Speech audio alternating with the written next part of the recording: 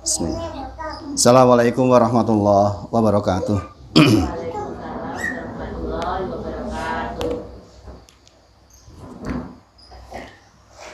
Innal hamdalillah nahmaduhu wa nasta'inuhu wa nastaghfiruh wa na'udzubillahi min syururi anfusina wa min sayyiati a'malina. May yahdihillahu fala mudhillalah wa may yudlilhu fala hadiyalah. Asyhadu alla ilaha illallah wa asyhadu anna Muhammadan abduhu wa rasuluh. Allahumma sholli ala sayyidina Muhammad wa ala ali sayyidina Muhammad. Ya ayyuhalladzina amanu taqullaha haqqa tuqatih wa la tamutunna illa wa antum muslimun. Subhanaka la ilma lana illa ma 'allamtana innaka antal alimul hakim. Rabbi shrah li sadri wa yassir li amri wahlul 'uqdatam min lisani yafqahu qawli amma ba'd. Ingkang sepindah mau kita bersyukur kepada Allah kanthi wawasan alhamdulillahirabbil alamin. Mudah-mudahan Allah berkahi kajian kita enjang punika insyaallah taala. Salawat salam kita sampaikan kepada junjungan kita Nabi besar Muhammad sallallahu alaihi wasallam.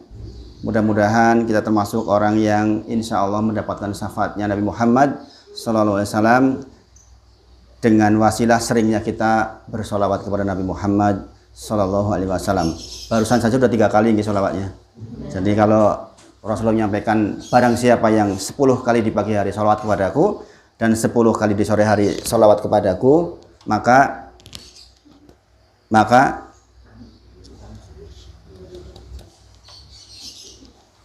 dia termasuk orang yang berhak mendapat syafaatku di yaumil qiyamah. Maka kita bermohon kepada Allah, mudah-mudahan kita diberi taufik oleh Allah, termasuk orang yang mudah lisannya mengucapkan sholawat kepada Nabi Muhammad sallallahu alaihi wasallam. Sudah 4 kali, kurang 6 kali lagi untuk pagi hari, insya Allah. Ya, Bapak Ibu sedaya, ini pertemuan kedua nggih. Dulu pernah waktu corona awal. Habis itu libur lama. Nah, karena ini pertemuan kedua, insya Allah kita ngaji yang tersusun nggih. Jadi kebiasaan saya kalau ngaji maupun ngajar ngaji itu yang tersusun. Napa-napa kalau tersusun itu insya Allah akan lebih baik hasilnya. Kalau kita ngajinya tematik terus, nggak disusun, nanti ilmunya kita hilang, susah nempel. Tadi saya sudah nge-share ke beliau Pak Sumadi, hafidhahullah ta'ala, tentang kitab yang akan kita bahas. Ini salah satu kitab akidah yang paling dasar. Kitab akidah yang paling dasar. Jadi insya Allah kita akan mulai belajarnya akidah dulu. Untuk belajar fikihnya mungkin jenengan bisa sambil baca-baca gitu, karena kalau fikih insya Allah sangat luas, referensinya juga sangat luas. Maka di musola ini kita belajar akidah, mudah-mudahan ini bisa menjadi ilmu yang bermanfaat untuk kita semua dan keluarga insya Allah ta'ala. Bapak Ibu sedaya, mengingatkan bahwa majelis seperti ini itu majelis yang dicintai oleh Allah. Sebagaimana jenengan sholat, sebagaimana jenengan sedekah, sebagaimana jenengan berbuat baik kepada suami atau istri, anak-anak, tetangga adalah ibadah, maka ngaji atau bermajelis seperti ini juga ibadah tersendiri yang di sisi Allah sangat tinggi nilainya.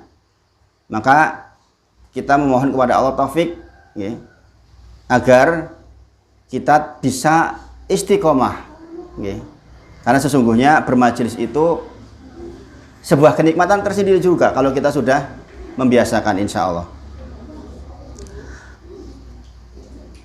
Nah Bapak Ibu sedaya,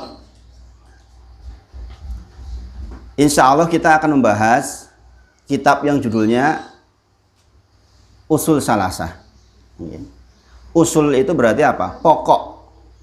Salasah itu 3. Jadi usul salasah maksudnya adalah 3 landasan pokok di dalam beragama. Mungkin sebagian jenengan sudah pernah mendengar kitab ini, tetapi mungkin masih sedikit yang mempelajarinya secara mendalam. Dan di pondok, saya dulu termasuk yang mempelajari kitab ini di awal. Jadi kalau dulu pertemuan pertama itu hanya pembuka, maka sekarang kita sudah ngaji beneran. Sebenarnya harusnya masing-masing kita pegang kitabnya seperti ini. Tapi karena kemarin saya kehabisan fotokopian juga, dan kemarin juga libur fotokopian. Saya sebenarnya mau fotokopi, dan hari ini tadi saya juga pagi lihat belum ada fotokopi buka. Jadi saya hanya nge-share ke Pak Sumadi untuk di-sharekan jenengan, mudah-mudahan sudah pada pegang. Model belajar kita, nanti kita membaca kitab seperti ini, kemudian kita baca kata per katanya, nanti diartikan, kemudian jenengan tulis di bawahnya, sehingga jenengan pun nanti punya bekal ketika di rumah untuk mengulang. Kemudian baru diterangkan apa maksudnya. Nah, ini model pembelajaran yang diajarkan di pondok-pondok. Jadi saya mencoba membawa cara belajar di pondok ke musola panjenengan sedoyo. Mudah-mudahan ini menjadi barokah buat seluruh yang hadir insya Allah.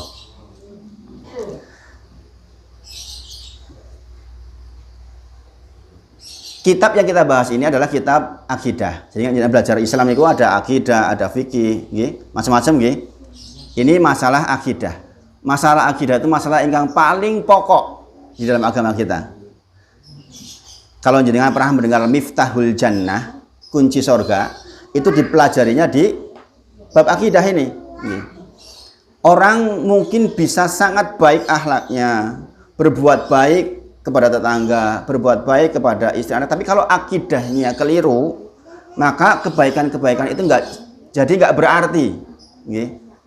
Jadi kalau belajar agama, akidah dulu dibetulin, baru kemudian turunan-turunannya. Tentu saja yang baik adalah akidahnya baik, kemudian akhlaknya baik, itu tentu saja lebih baik. Tetapi kalau kebaikan-kebaikan itu tidak memiliki akidah yang sempurna, maka sangat mungkin kebaikannya menjadi hilang. Maka insya Allah kita akan belajar bab yang penting ini. Dan di antara kitab yang sangat disarankan untuk belajar bab akidah, kali pertama, kitab yang paling ringan yang akan kita bahas ini, yaitu Usul Salasah, 3 landasan pokok. Apa 3 landasan pokok? 3 landasan pokok di dalam agama kita itu setidaknya meliputi hal ini. Yang pertama adalah ma'rifatullah, yaitu mengenal Allah. Kemudian yang kedua, ma'rifatu nabiyihi, kita mengenali nabi kita. Kemudian yang ketiga, ma'rifatu dinil Islam bil adilah, yaitu kita mengenali agama Islam dengan dalil-dalilnya. Kita beragama dengan dalil. Setiap kita melaksanakan sebuah aktivitas, sebisa mungkin kita ngerti dalilnya, meskipun tidak harus hafal. Jenengan sholat sebaiknya mengerti tentang misalnya perintah takbir itu bagaimana atau sebenarnya. Oh, ternyata takbir itu ada sekian jumlah hadisnya, sehingga kita tidak heran jika melihat berbagai macam jenis orang sedekap misalnya, sehingga kita paham secara keseluruhannya. Nah, dan ternyata Bapak Ibu sedoyo, 3 landasan pokok ini, yaitu ma'rifatullah, mengenal Allah, ma'rifatun nabihi, mengenal nabi, ma'rifatu dinil Islam bil adilah, itu sekaligus adalah pertanyaan kita nanti di alam kubur. Pertama kali kita pindah alam ke alam barzah, ada fitnah. Fitnah itu namanya ujian. Fitnah dalam bahasa Arab artinya dalam bahasa kita itu ujian. Jadi fitnah pertama yang akan diberikan kepada setiap insan, likuli insan, setiap insan, bukan hanya orang Islam saja. Berarti pertanyaan ini juga akan disampaikan kepada mereka yang beragama Buddha, beragama Hindu, Nasrani, Yahudi, termasuk kita Muslim. Kita tahu nggih, hari ini dari 8 miliaran penduduk bumi hanya sekitar 1,5 miliar saja yang mempunyai la ilaha illallah. Yang 6,5 miliar lebih itu nggak punya la ilaha illallah. Mereka pun ketika mati akan ditanya dengan pertanyaan, man robuka, siapa Tuhanmu? Kemudian man nabiyuka, siapa nabimu? Kemudian madinuka, apa agamamu? Sama pertanyaannya. Nah, ini di dalam agama kita disebut sebagai usul salasah atau 3 landasan pokok. Kita mempelajari ini Bapak Ibu sedoyo dalam rangka agar kita mengimani. Jadi jawaban nanti di akhirat atau di alam kubur itu bukan dengan hafalan. Aku wis swidak 5 tahun kita wis meh mati tak apalke lah. Man robuka Gusti Allah. Dihafalke jenengan, maka nggak bisa seperti itu. Kita mempelajari dalam rangka agar kita mengimani. Bismillah malih, kita mempelajari ini agar kita mengimani. Karena kalau pertanyaan ini ditanyakan kepada orang non muslim sekalipun hari ini, mereka tahu. Gitu. Orang-orang non muslim juga ditanya, Tuhan wong Islam ki sapa to? Mereka akan menjawab Allah. Nggih. Kemudian nabine sapa nabine? Nabi Muhammad sallallahu alaihi wasallam. Bahkan hari ini sudah menjadi bahasa umum. Kalau meninggal juga mereka mengatakan innalillahi wa inna ilaihi raji'un gitu toh. Enggak lagi yang lain, kemudian astagfirullah. Pun biasa menjadi bahasa umum kalau di Indonesia gitu. Tetapi sekali lagi itu semua hanya akan menjadi bekal jawaban kita nanti di alam kubur ketika diimani. Ketika diimani.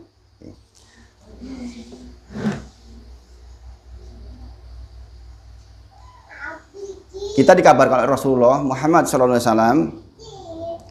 ketika nanti kita di alam kubur, nanti jasad kita akan, roh kita akan diangkat, kemudian dikembalikan lagi ke jasad kita dikubur, di alam kubur, dikembalikan ke alam kubur. Kemudian kita akan ditanya oleh 2 malaikat.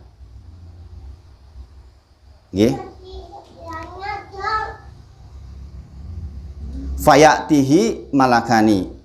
Nanti akan datang kepada kita fayatihi malakani, 2 malaikat.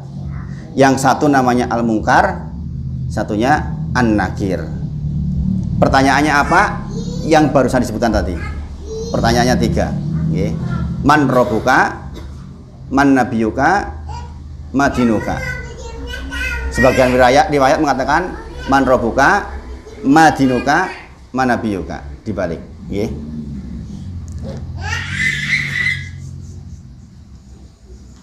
Rasulullah juga mengabarkan kepada kita, idza wudi'atil janazatu, jikalau jenazah, kita akan meninggal sudah wahtamalaha ar-rijalu ala nakihim, jadi jenazah kita mulai diangkat ke pundak-pundak Kalau sekarang mungkin lewat itu yang didorong namanya apa itu? Bandosa. Bandosan. Kalau di tempat saya di Cilacap masih digotong masih sampai hari ini. Di dalam hadisnya dikatakan jikalau jenazah kita sudah mulai diangkat ke pundak-pundak orang yang akan mengangkat ke kuburan, fa in kanat solihatan, jikalau orang yang diangkat itu adalah orang yang soleh. Di sini disebutkan ibu-ibu nih, solihatan. Kolats. Bahasanya kolats berarti jenazahnya ini perempuan yang disifati. Kolats, apa kata-katanya? Qaddimuni. Qaddimuni itu artinya cepet saya dikubur. Kalau fa'ingkanat solihatan. Jikalau jenazahnya orang yang soleh, orang yang solihah, maka jenazah itu mengatakan qaddimuni. Cepet saya dikubur. Wa ingkanat huwa solihatin. Jikalau jenazahnya bukan orang yang soleh, dia mengatakan ya wailaha, sungguh celaka. Sungguh celaka. Aina yadhabuna biha, akan dibawa kemana jenazah itu? Makanya di antara fikih ketika orang meninggal segera dikuburkan. Jangan nunggu lama-lama. Misalnya anaknya ada yang di Singapura, ada yang di Jerman, ada yang di Papua, nunggu 3 hari, kasihan jenazahnya. Karena jenazah itu sesungguhnya pada prinsipnya ingin segera dikuburkan, ingin segera dikuburkan. Terlebih kalau dia orang yang soleh, dia mengatakan qaddimuni, cepat saya dikubur. Gitu. Nah, perkataan mereka didengar oleh semua makhluk ilal insan, kecuali manusia. Seandainya manusia mendengar apa yang mereka katakan, maka sa'iqah, kata Rasulullah, maka dia akan pingsan atau bahkan meninggal dunia. Berarti suasananya berat, suasana pada waktu itu berat. Kemudian setelah dikubur, maka fayud lisanihi, itu berarti datang kepada dia malaikat, didudukan oleh malaikat. Kemudian fayakulani lahu, dua malaikat itu menanyakan kepada dia. Pertanyaan pertama, man robuka. Fayakul, orang muslim akan mengatakan Robbi Allah. Jadi nanti akan menjawab di sana dengan penjawaban Robbi Allah. Rob saya, Tuhan saya adalah Allah. Kemudian fayakulani lahu, malaikat bertanya lagi kepada dia, madinuka, apa agamamu? Kita akan menjawab fayakul dinil Islam. Kita akan menjawab seperti itu orang muslim. Kemudian fayakulani lahu, malaikat bertanya lagi kepada jenazah itu.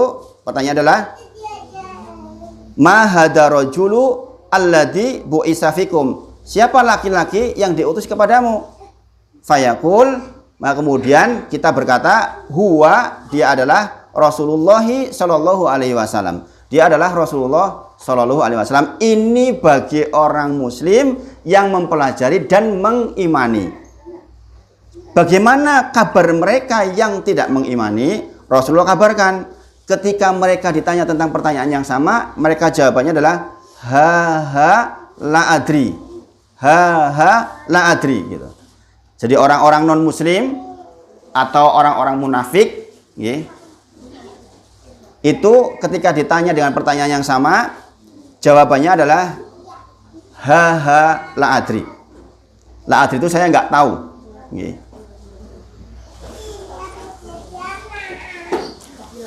Sampai di sini saged dipahami nggih? Terdengar jelas mboten ceramahnya? Jelas nggih? Mudah-mudahan jelas supaya bisa diikuti, nggih. Para ulama menyebutkan di antara yang paling menderita pada waktu itu adalah orang-orang dari golongan al-munafikun. Siapa orang munafik? Orang yang orang yang dia bersaksi di depan Rasulullah bahwa Rasulullah itu nabi, mengakui Allah, tetapi ketika dia bersama kawan-kawannya dia mengatakan, saya hanya bercanda saja kok, sesungguhnya saya nggak mengimani nabi kok. Padahal di depan nabi dia mengatakan nashhadu innaka Rasulullah. Zaman Rasulullah saja dulu ada orang yang duduk bersama Rasulullah, sholat bersama Rasulullah, bermajlis dengan Rasulullah, di depan Rasulullah mengatakan nashhadu innaka Rasulullah. Saya bersaksi bahwa engkau itu Rasulullah. Saja ada yang ketika dia berkumpul dengan teman-temannya dia mengatakan, saya cuma bercanda saja. Dan ini diterangkan di awal-awal surat Al-Baqarah, sifat-sifat mereka di halaman kedua Al-Quran, halaman ketiga berarti Al-Fatihah, halaman pertama Al-Baqarah, halaman kedua itu menceritakan tentang kisah mereka. Mereka mengatakan nashhadu innaka Rasulullah. Saya bersaksi bahwa engkau itu Rasulullah. Ning ratenanan. Makanya sekali lagi, jawaban pada waktu itu bukan jawaban hafalan, tapi keimanan.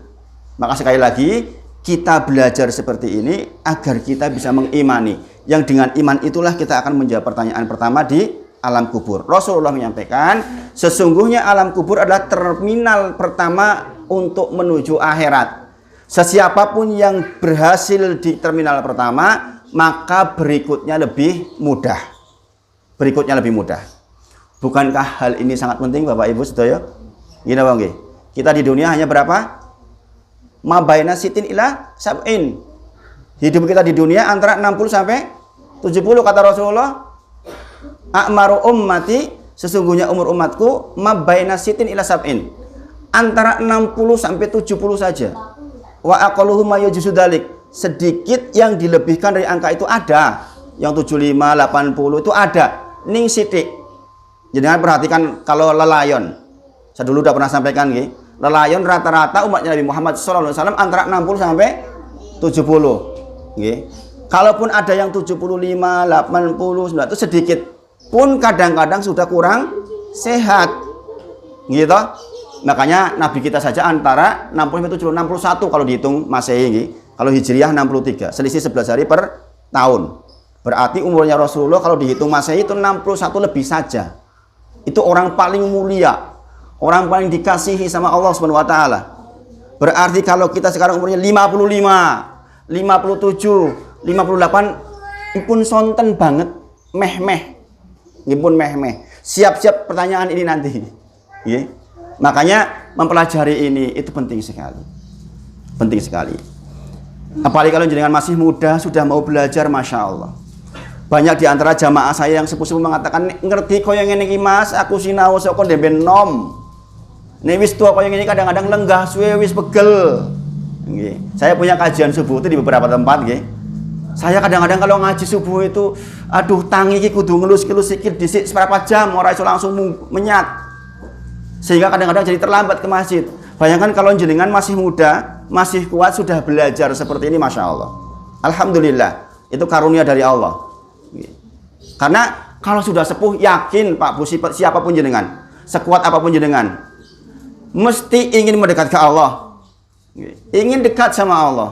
Sayangnya pada waktu itu kadang-kadang kita berdiri untuk sholat sudah berat, datang ke majelis kadang-kadang pendengaran sudah kurang, maka mumpung masih muda, mumpung masih kuat, gunakan betul untuk bermajelis mencari ilmu, karena ini yang akan membuat kita beriman kepada Allah.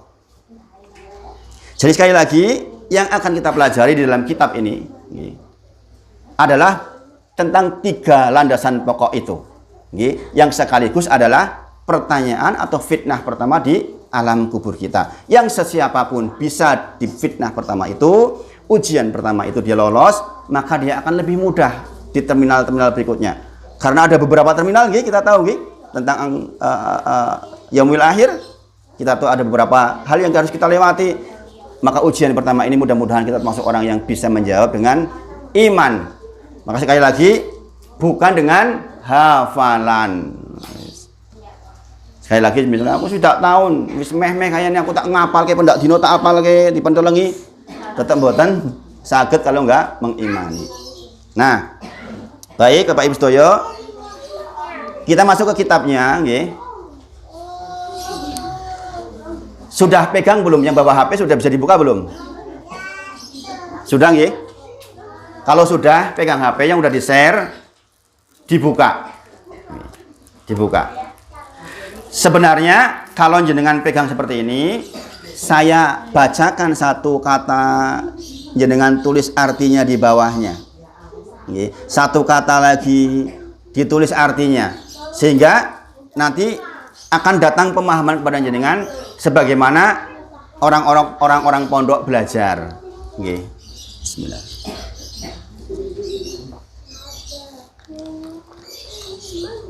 Sudah dibuka belum? Sudah, nggih? Sudah sampai belum? Ini akan lebih mudah jika jenengan ikut membaca, nggih. Nggih. Coba dibantu dibaca Mas Amar sampai fabada'a. Pakai pengeras, Mas. Ada pengerasnya enggak? Mati. Ya udah dibacakan aja sebentar.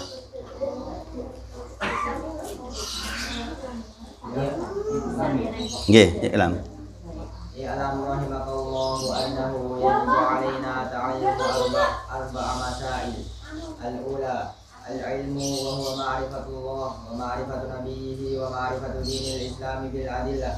At-thaniyatu al-'amalu bihi. At-thalithatu ad-da'watu ilaihi. Ar-rabi'atu as-sabru 'ala al-adab fihi. Dalilu qawluhu ta'ala bismillahirrahmanirrahim. Wal asri innal insana lafi khusrin illa alladziina aamanu wa 'amilus shalihati wa tawassaw bil haqqi wa tawassaw bis sabr. Qala Syafi'i rahimahullahu ta'ala lama anzalallahu hujjatan 'ala qalbihi illa hadhihi as-surah lakafathum. Qala al-Bukhari rahimahullahu ta'ala babul ilmi qabla al-qawli wal 'amal. Dalilu qawluhu ta'ala fa'lam annahu la ilaha illallah wastaghfir li dhanbik. Nah, ini yang akan kita pelajari hari ini, yaitu muqaddimah pertama. Jadi kitab ini itu ada 2 muqaddimah. Muqaddimah itu pembukaan. Sebelum masuk ke intinya, penulis membahas tentang muqaddimah. Penulis memulai kitab ini dengan ucapan Bismillahirrahmanirrahim. Sebagaimana tadi membawa acara memulai dengan Bismillahirrahmanirrahim, maka kitab ini pun penulis memulai dengan Bismillahirrahmanirrahim.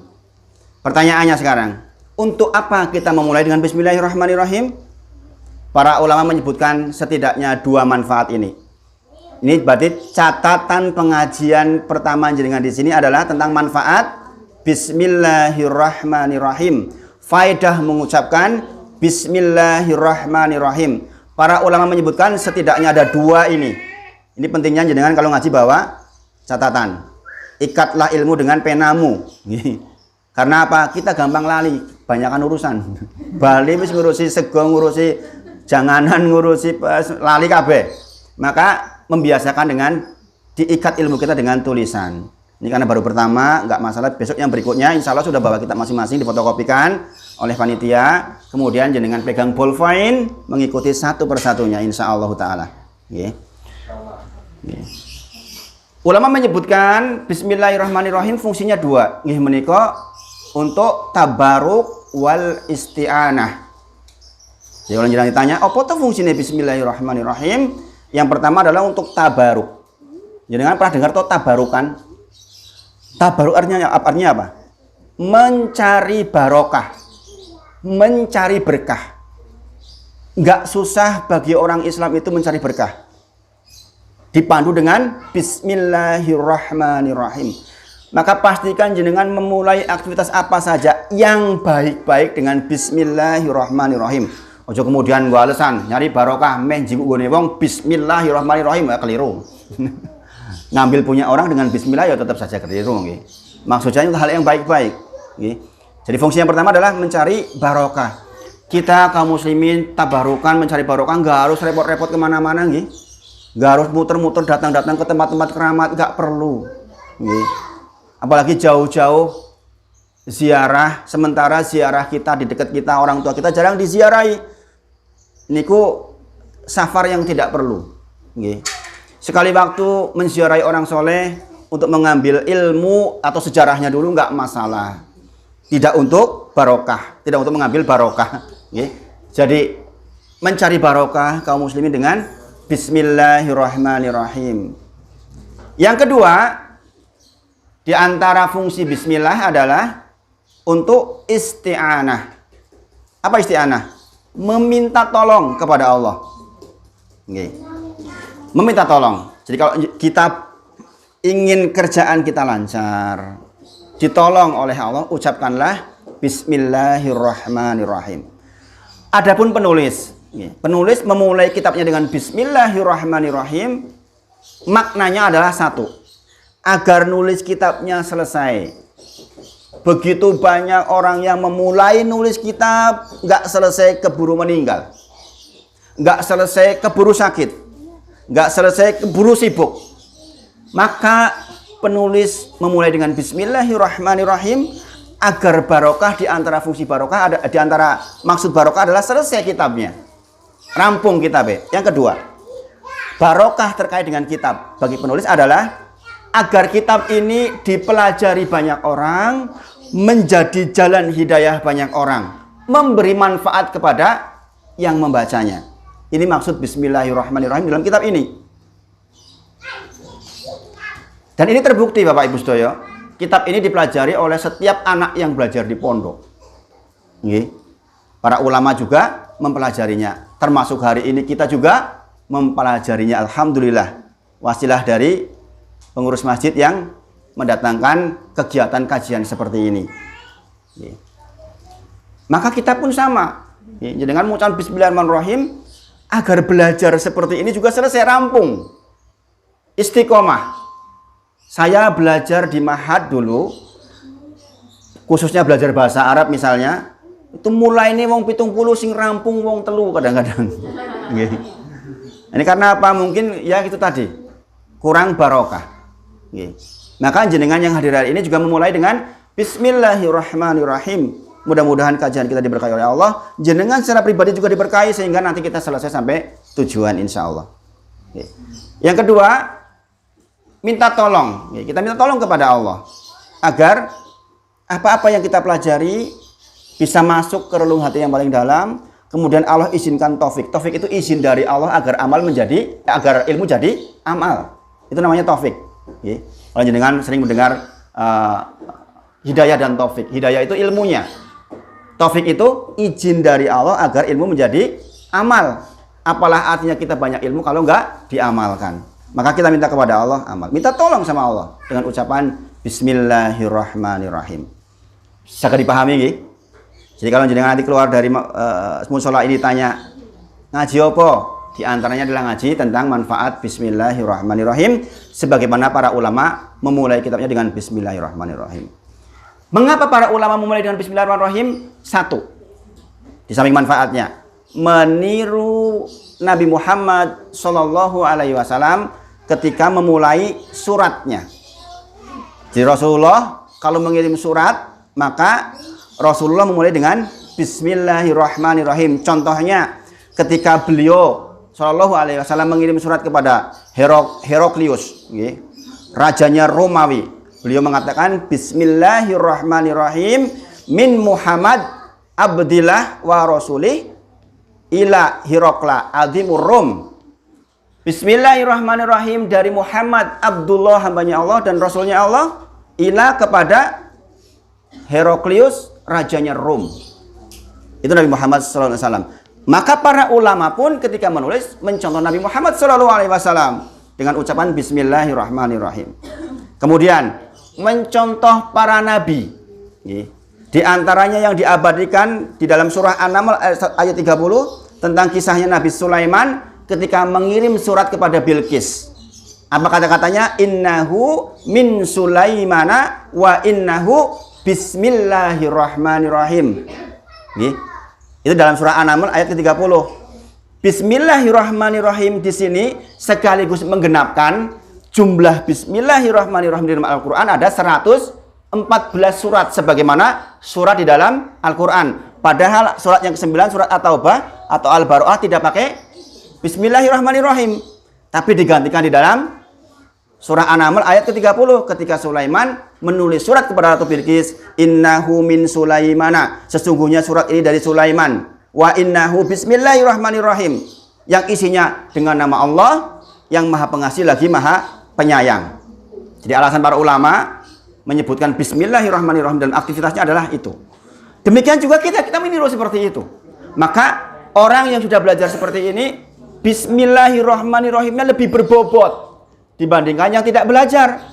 Karena jenengan tahu ketika mengucapkan Bismillahirrahmanirrahim sedang meniru Rasulullah, sedang meniru nabi-nabi, sehingga kualitas Bismillahirrahmanirrahimnya menjadi lebih kuat. Bisa dipahami nggih? Berbeda antara orang yang mengucapkan Bismillahirrahmanirrahim tanpa ilmu dengan ilmu itu berbeda sekali. Dan nilainya di sisi Allah juga berbeda. Dan insya Allah nanti juga efeknya berbeda. Yang ketiga, para ulama menyebutkan Bismillahirrahmanirrahim karena Allah pun memulai Al-Quran dengan Bismillahirrahmanirrahim. Alhamdulillahirabbil alamin dan seterusnya. Itu alasannya. Maka kita pun meniru para ulama, meniru para nabi, meniru Nabi Muhammad SAW dan meniru pencipta kita Allah Subhanahu wa taala. Sampai di sini saged dipahami nggih? Ini ngajinya kok serius banget? Iya, biar dapat ilmu. Nggih, kalau jenengan ngajinya hanya tematik terus, itu nggak akan dapat ilmu, susah. Lupa sampai ke rumah itu mesti lupa ngaji apa toh? Ya mungkin 1-2 jam masih ingat, sok sekali. Tapi kalau seperti ini akan jadi bekal jenengan ketika jenengan cerita kepada anak-anak panjenengan, kepada bapak ibu jenengan, kepada saudara-saudara jenengan. Karena urutannya jelas. Nggih. Kemudian bagi yang bawa HP, saya tak turun aja nggih. Rasanya kok anu banget. Apa? Enak di bawah kayaknya.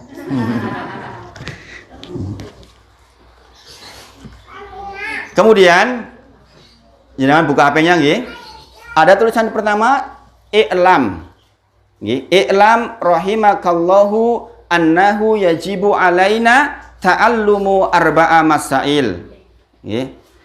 I'lam itu artinya ketahuilah. Ketahuilah. Bapak Ibu sedaya, jangan perhatikan kata-kata i'lam ini. Kalau ada kata-kata ketahuilah, berarti ini perintah secara tersirat agar jenengan belajar. Gini apa nggih? Untuk mengetahui butuh belajar enggak? Butuh belajar. Maka kata-kata iklam di sini sesungguhnya perintah samar agar kita tuh belajar. Bagaimana mungkin kita mengetahui sesuatu kalau kita nggak belajar? Maka menyempatkan waktu untuk belajar itu pentingnya, Masya Allah. Kata Imam Syafi'i, orang yang tidak mau bersusah-susah belajar, maka dia akan menderita dan perih hidupnya karena kebodohannya. Tentu saja berbeda orang bekerja di perusahaan yang keterampilannya bagus dengan keterampilannya biasa. Yang S2 dengan yang S1, yang S1 dengan yang SMA, penghargaannya pasti berbeda. Mendapatkan SMA dengan mendapatkan S1 dengan tentu saja berbeda juga, lebih berat yang lebih tinggi. Maka siapapun yang mau bersusah-susah untuk iklam, untuk mengetahui, maka dia akan mendapatkan kemudahan di akhirnya. Maka penulis menyebutkan pertama iklam, mengingatkan kita untuk mau belajar. Sebagaimana hari ini, mudah-mudahan Allah berkahi.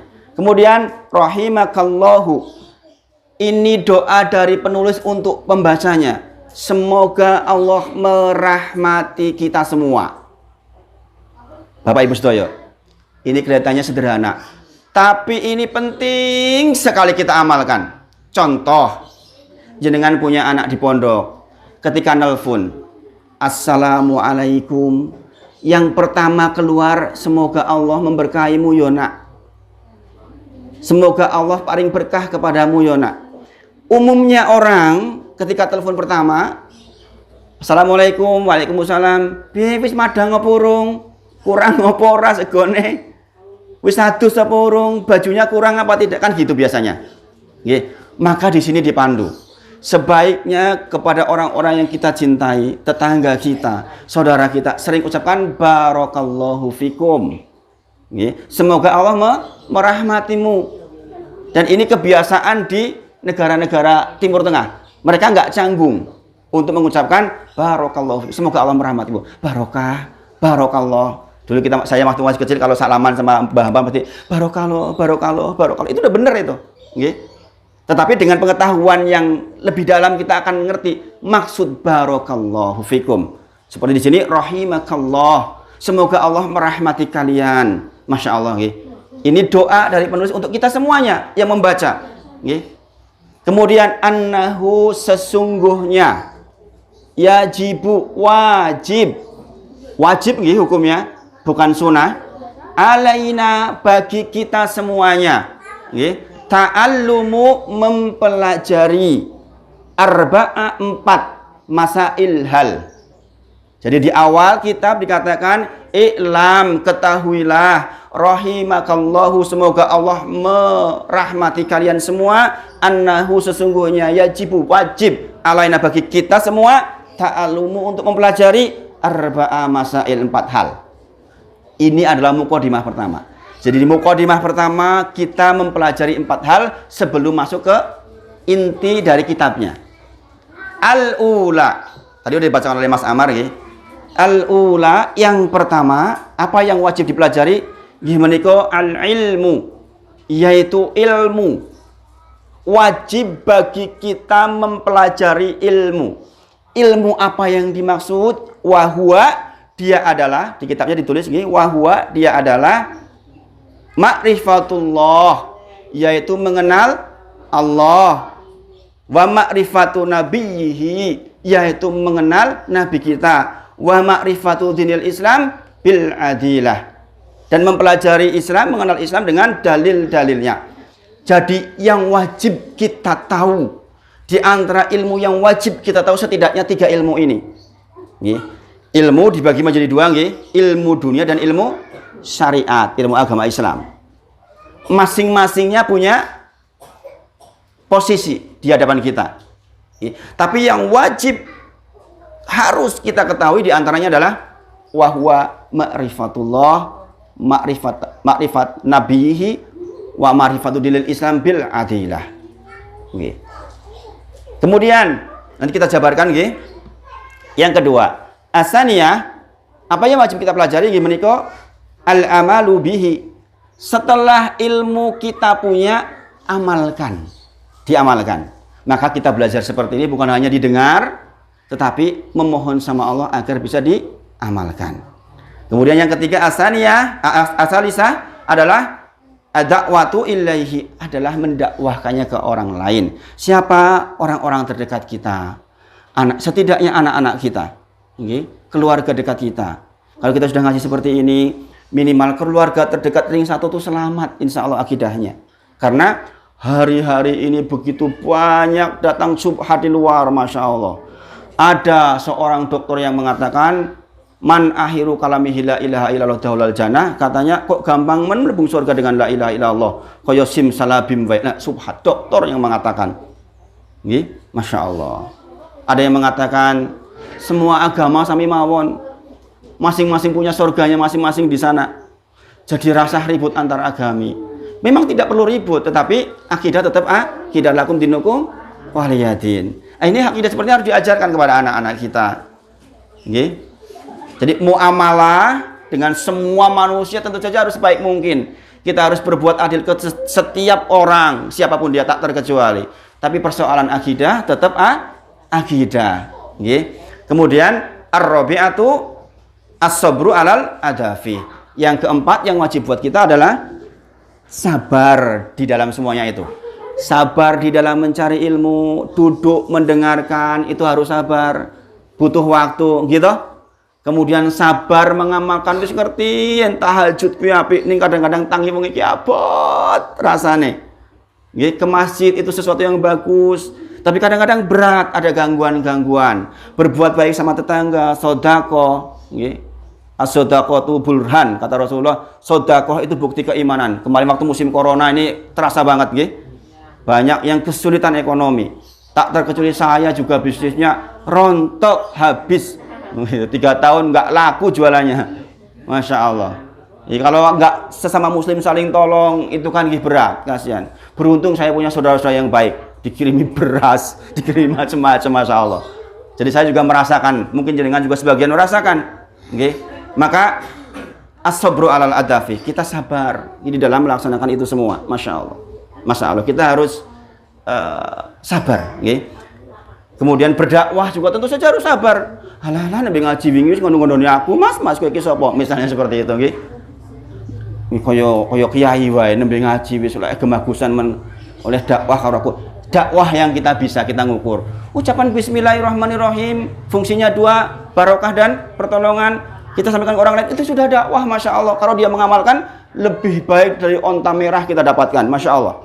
Ada orang mengucapkan bismillahirrahmanirrahim dengan tahu maknanya. Akibat jenengan yang menyampaikan, Masya Allah. Jenengan dapat pahala terus menerus. Sederhana, sesederhana itu. Ning ya butuh sabar. Karena tidak selalu dakwah itu diterima. Kadang-kadang, ya itu tadi, kadang-kadang ngalah nembe sinawis ngondoni aku, begitu misalnya. Nggih. Izin minum dulu. Kemudian wa dalilu qaulu ta'ala, dalilnya adalah Allah berfirman bismillahirrahmanirrahim. Ini Pak Bu sekaligus panduan buat kita membiasakan beragama dengan ada dalil pembimbingnya. Mboten ngarang-ngarang maksudnya nggih. Maka ucapan yang ini, ucapan i'lam rahimakallahu annahu yajibu alaina ta'allumu arba'a masail, wajib bagi kita untuk mempelajari 4 hal, yaitu ilmu, mengamalkan, mendakwahkan, sabar. Ada dalilnya dari Al-Qur'an, nggih menika surah Wal 'Asr. Innal insana lafi khusr illa alladziina amanu wa amilus solihati wa tawassaw bil haqqi wa tawassaw bis sabr. Itu dalilnya. Sudah hafal semua nggih? Sekarang perdalam tentang surat ini supaya kita lebih paham, sehingga kita ketika kita membaca lebih dahsyat rasanya. Wal 'asr, demi masa. Innal insana lafi khusr. Sesungguhnya kita itu di dalam khusr. Khusr itu apa? Khusr itu kerugian yang teramat sangat. Dalam bahasa ulama, khusr itu kita tenggelam di dalam kerugian. Koyo-koyo itu jenengan di dalam sebuah kolam, jenengan tenggelam. Jenengan tenggelam di dalam air itu seperti khusrnya itu. Bayangkan, artinya kita tuh sesungguhnya rugi banget. Asalnya kita orang-orang yang merugi. Siapa yang tidak merugi? Illalladzina amanu. Yang pertama adalah orang-orang yang beriman. Bapak Ibu sedaya, apa kaitannya dengan kewajiban di atas tadi? Al-ula al-ilmu. Orang bisa mengimani sesuatu kalau berilmu. Gini apa nggih? jenengan purun tindak sholat Jumat bagi yang laki-laki kok keroyo-royo dadak adus, pakai baju rapi, pakai kopiah yang rapi, pakai wewangian, berangkat ke masjid sebelum naik mimbar khotibnya. Karena jenengan tahu berilmu bahwa satu, itu kewajiban buat kita. Yang kedua, karena itu perintah Allah. Yang ketiga, karena kita tahu akan dapat pahala. Nek ra ngerti ilmu, nek ayo gelem mangkat jenengan gak mengimani kok. Sampai di sini paham nggih? Illal ladzina amanu, maka amanu itu identik dengan ilmu. Ilmu.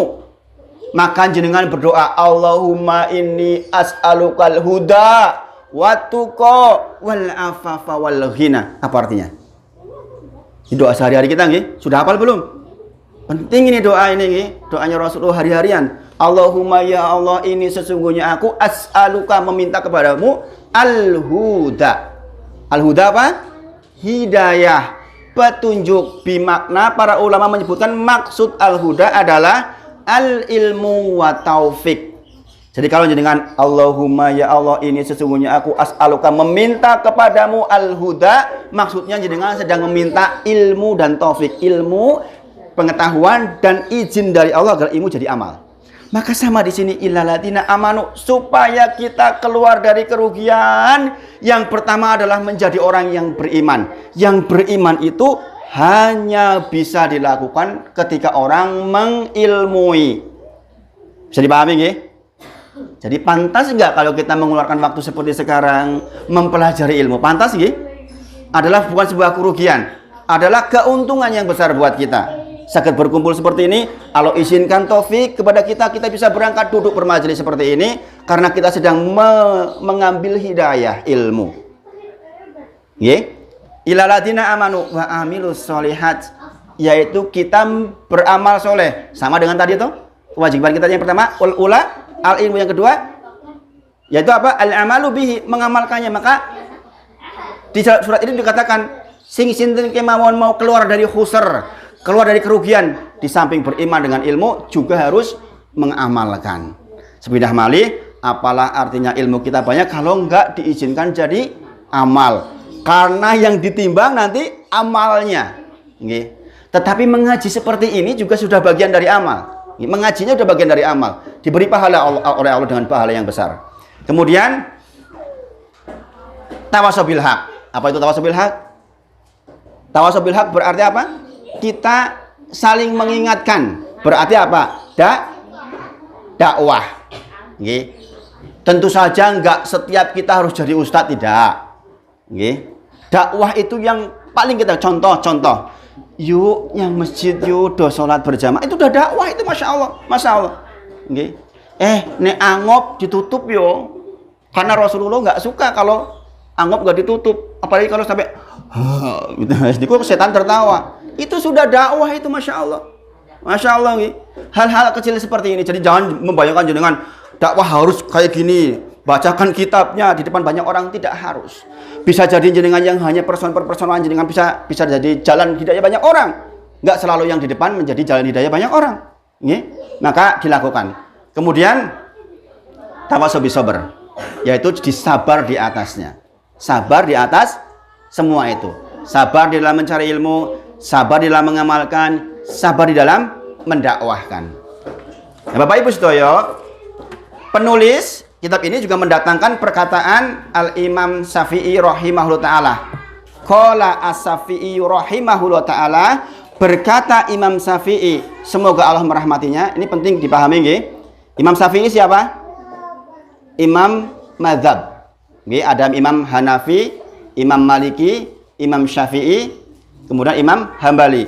Ini adalah salah satu imam mazhab yang sangat cerdas, hafal Quran umur 9 tahun, kemudian hafal Muwatta, kitab hadis tebal, juga masih sangat muda. Dan di Indonesia banyak yang menggunakan mazhab Syafi'i di dalam kehidupan sehari-hari meskipun nggak sempurna. Kalau mazhab Syafi'i itu perempuannya bercadar penuh loh, wajib di dalam mazhab Syafi'i. Di mazhab Syafi'i itu justru cadar itu wajib. Kalau mazhab Hambali itu cadar mustahab.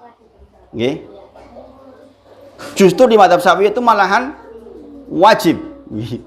Makanya sebenarnya bermadhab itu ya kadang-kadang enggak 100%. Kalau jenengan madhabnya Syafi'i nek dol-dolan teng pasar jual beli, jenengan harus akad yang berbunyi. Saya membeli kelapa 1 gruntung harganya 5.000, sah nggih Pak? Dijawab sah, monggo jual beli. Itu di madhab Syafi'i harus seperti itu. Makanya kalau mengatakan saya madhabnya Syafi'i tidak mengenal madhab lain, enggak juga. Nggih, karena kebanyakan kita juga tidak bercadar. Ya, hanya pakai kerudung saja, enggak masalah. Karena menggunakan madhab Hanafi misalnya, it's okay. Karena 4 madhab ini masih ahlu sunnah wal jamaah. Yang penting kita masih ahlu sunnah wal jamaah. Jangan jadi Syiah, jangan dari liberal, gitu. Yang penting kita masih ahlu sunnah wal jamaah. Mau organisasinya apapun silahkan. Yang penting ahlu sunnah wal jamaah, gitu.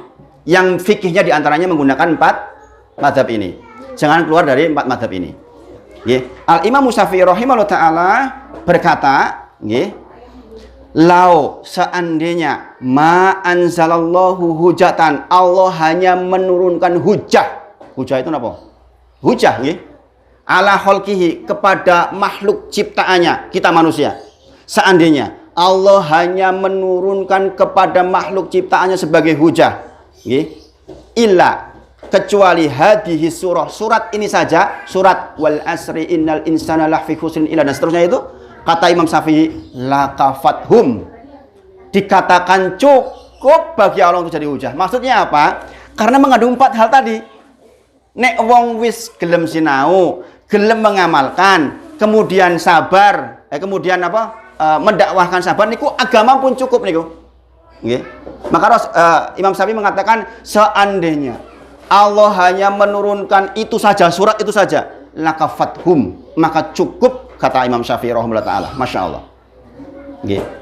Masya Allah. Kemudian berikutnya penulis mendatangkan perkataan Al Imam Bukhari rahimahullah taala.